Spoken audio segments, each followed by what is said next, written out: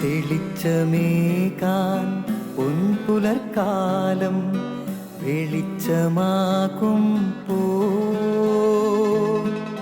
നുറുങ്ങുവെട്ടം പക്ഷിപരാഗം തെളിച്ചു കാട്ടും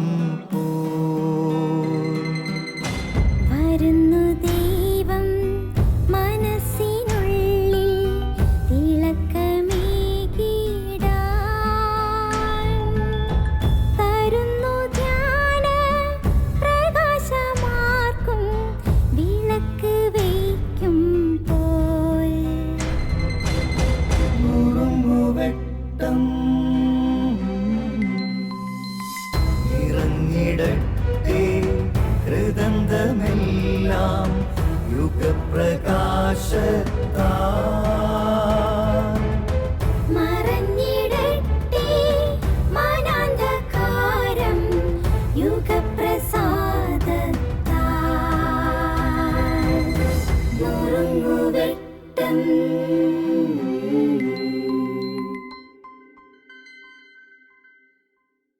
സ്നേഹമുള്ളവരെ, വിശുദ്ധ ജോൺ പോൾ രണ്ടാമൻ മാർപ്പാപ്പ ഒരിക്കൽ എഴുതുകയുണ്ടായി, ഇന്ന് ലോകത്തിൽ പ്രവർത്തിക്കുന്ന തിന്മയേക്കാൾ പ്രബലതരമാണ് അനുരഞ്ജന കൂദാശയുടെ ശക്തി. അതിനെ സഭാപിതാക്കന്മാർ രണ്ടാം മാമോദിസ എന്ന് ശരിയായി തന്നെ വിശേഷിപ്പിച്ചിരിക്കുന്നു. ഇന്ന് ലോകത്തിലുള്ള എല്ലാ ദുഷിപ്പിക്കലുകളേക്കാൾ ഈ കൂദാശയ്ക്ക് മനുഷ്യനെ വിശുദ്ധീകരിക്കാൻ വലിയ കഴിവുണ്ട്. യേശു ലോകത്തിലേക്ക് വന്നപ്പോൾ ഇങ്ങനെ പറഞ്ഞു, ആരോഗ്യമുള്ളവർക്കല്ല രോഗികൾക്കാണ് വൈദ്യനെ കൊണ്ട് ആവശ്യം. ഞാൻ വന്നിരിക്കുന്ന നീതിമാന്മാരെ തേടിയല്ല, പാപികളെ തേടിയാണ്.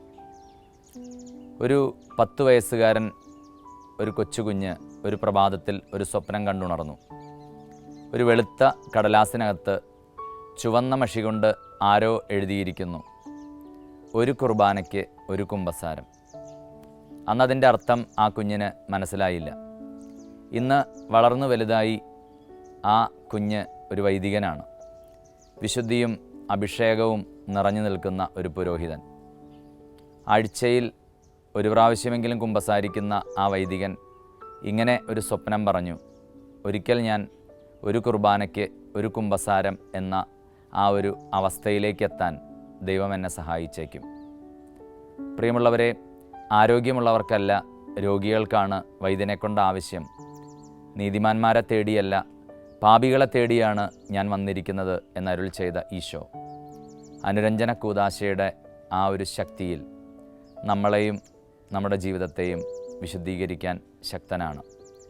അതുകൊണ്ട് ലോകത്തിൽ ഇന്ന് പ്രബലമായിക്കൊണ്ടിരിക്കുന്ന എല്ലാ ദുഷിപ്പിക്കലുകളേക്കാൾ ഈ കൂദാശയ്ക്ക് ശക്തിയുണ്ട് എന്ന് തിരിച്ചറിയാനും നമ്മളെ തന്നെ വിശുദ്ധീകരിക്കാനും നമുക്ക് സാധിക്കട്ടെ.